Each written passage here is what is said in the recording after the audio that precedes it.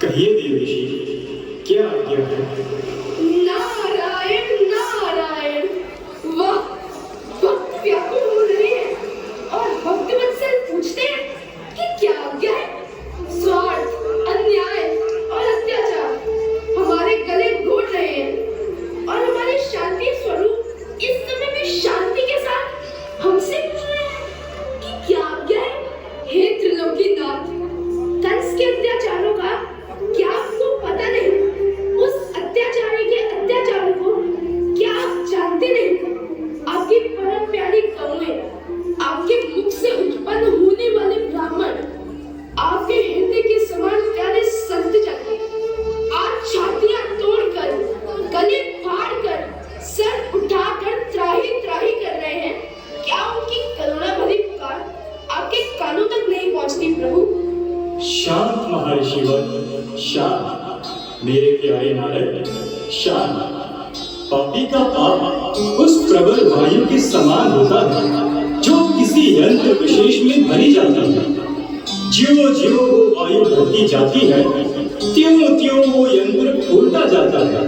अंत में भराव जब सीमा से बाहर हो जाती है तो उसी वायु द्वारा वो यंत्र फट जाता है।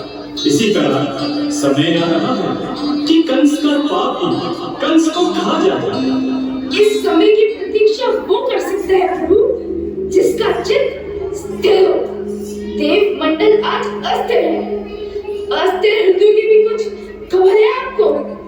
उधर देखिए, ब्राह्मणों के यज्ञोपवीत पैरों से रौंदे जा रहे हैं।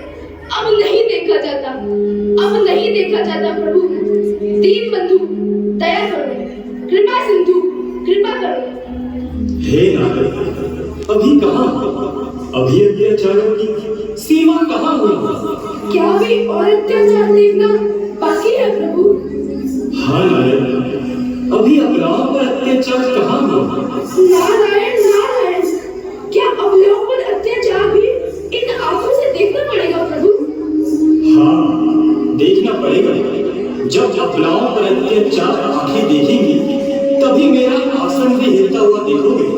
उसी समय मैं आऊंगा, अकेले नहीं, अपनी सारी शक्तियों के साथ आऊंगा और अपनी भूमि का भार मिटाऊंगा।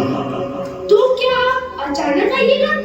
नहीं, प्रकट होकर आऊंगा, कहकर आऊंगा, राक्षसों को सूचना देकर सावधान करके आऊंगा। कब प्रभु? नहीं जानते तो सुनो। जब वासुदेव जी के साथ कंस की बहन देवकी जी का विवाह हो जाएगा, उसी समय एक आकाशवाणी होगी कि महारानी देवकी का 8वां पुत्र कंस का वध करेगा और संसार में शांति फैलाएगा।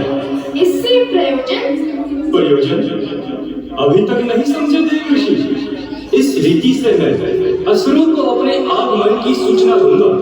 इस पर भी उसने अपनी असुरता का त्याग नहीं किया तो समझ रहे हो क्या होगा? क्या होगा प्रभु? होगा यही कि असुर महारानी देवकी को कष्ट देगा, उस अबला को मार डालना चाहिए। उसी समय क्षीर सागर की लहरों में ज्वार भाटा आएगा और पाप के बोझ से दबी हुई पृथ्वी का एक एक कण मेरा चक्र सुदर्शन बन जाएगा। बस फिर मेरी शक्तियां अवतीर्ण हो जाएंगी। 8वें पुत्र के नाम से मैं स्वयं अवतार दूंगा और श्री कृष्ण के नाम से संसार को शांतिमय बनाऊंगा। धन्य हो प्रभु,